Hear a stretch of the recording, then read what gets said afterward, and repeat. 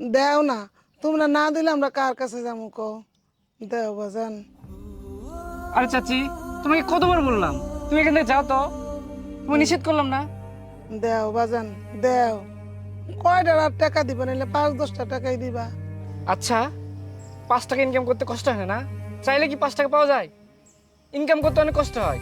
বাজান, 10 জনের কাছে যাই তো সংসারটা চালাই, আর এই বয়সে তো কোনো কাজ কামও করতে পারি না বাজান। এই জন্য তো দাঁড়ে দাঁড়ে ঘুরি। মানুষের কাছে চাওয়ার সঙ্গে পাও তো টাকার মর্ম বুঝবা না। যাও তো এখান থেকে। আমি আপনার বললাম না যে আমি দিতে পারবো না? বারবার এত বিরক্ত করতেছেন কেন? যাও তো এখান থেকে। যত সব ঝামেলা, যখন তখন ভিক্ষা চাইতে আসে।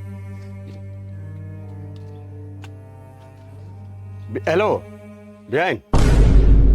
হ্যাঁ, বেন। আপনি ভুল করতেছেন। কারে বিয়েন কোন? আমার চুল দাড়ি কিন্তু এমনি পাকি নাই বেআইন। আপনার কণ্ঠ শুনে বুঝা গেছি আপনি বেআইন। ঘুরে দিকে। কি কোন?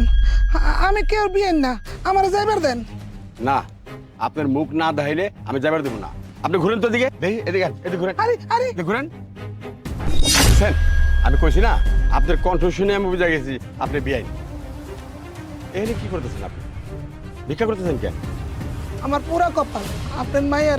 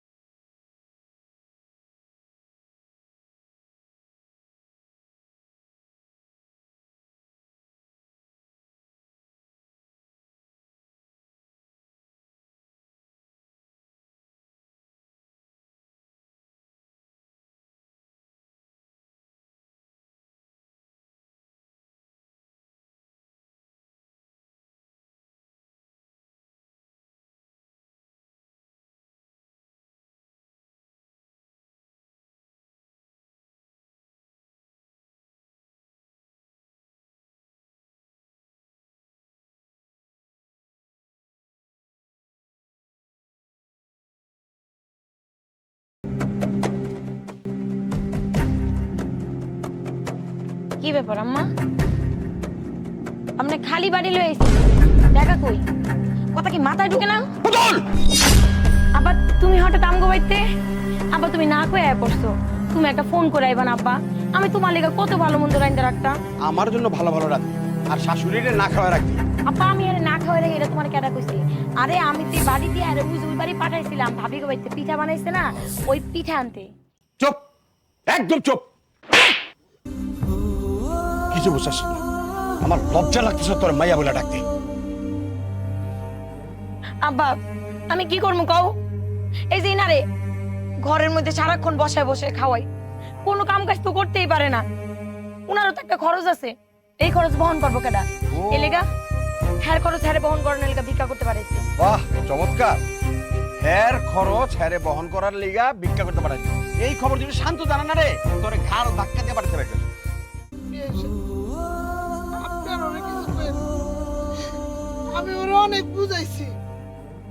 কইছি যে আমার ছেলে আমার অনেক ভালোবাসে। আমার ছেলে যদি জানে যে আমার দিয়ে ভিক্ষা করো, আমার ছেলে উড়াল পাখির মতো উড়ে আয় পড়বো, তোমার অবস্থা খারাপ করে দেবে। সে বুঝে না। বুঝবো কেমনে? তার তো সন্তান আদি না। যখন আমার মতো বয়স হইব সন্তান হইব, তখন বুঝবো আমারে জ্বালানোর কি যন্ত্রণা। আপনার অনেক ধন্যবাদ বিয়েস। আপনার মতো বাবা যদি প্রত্যেকটা সংসারে থাকতো, তাহলে তার ছেলের বউকে নিয়ে সবাই সুখে থাকতো, ভালো থাকতো, সংসারে অশান্তি থাকতো না। দেখছস তোর শাশুড়ি তোর কত ভালোবাসে, হ্যাঁ? আর তুই একটু চিন্তা করিস না কেন রে পুতুল? তুই যখন খুব ছোট আছিলি না, তখন তোর মা মরে গেল। আমি তোর বিয়ে করি নাই যাতে তোর কষ্ট না হয়। এই বিয়ে না কইরা তোরে জান প্রাণ দিয়ে আমি বড় করছি। একটা মা পাইছ, ওরে শাশুড়ি তো, কিন্তু মায়ের মতো আদর কর। দেখ তোরে মায়ের মতো সম্মান কর, দেখ তোরে কেমন আদর করে। মা বলে একটু ডাকতে দেখ না, ডাকতে দেখ। মা, আপনি আমার মা, আপনি আমার শাশুড়ি না মা। বিয়ে, আল্লাহর রাস্তায় আমার মেয়েকে মাফ করে দেন। এনে মিষ্টি নিয়ে ঘরে যা। আর একটা খুশির খবর দেই, আমার পোলার ঘরে মাইয়া হয়েছে। আলহামদুলিল্লাহ। আহেন ঘরে আহেন। আব্বা ঘরে চলো, আমা আসেন।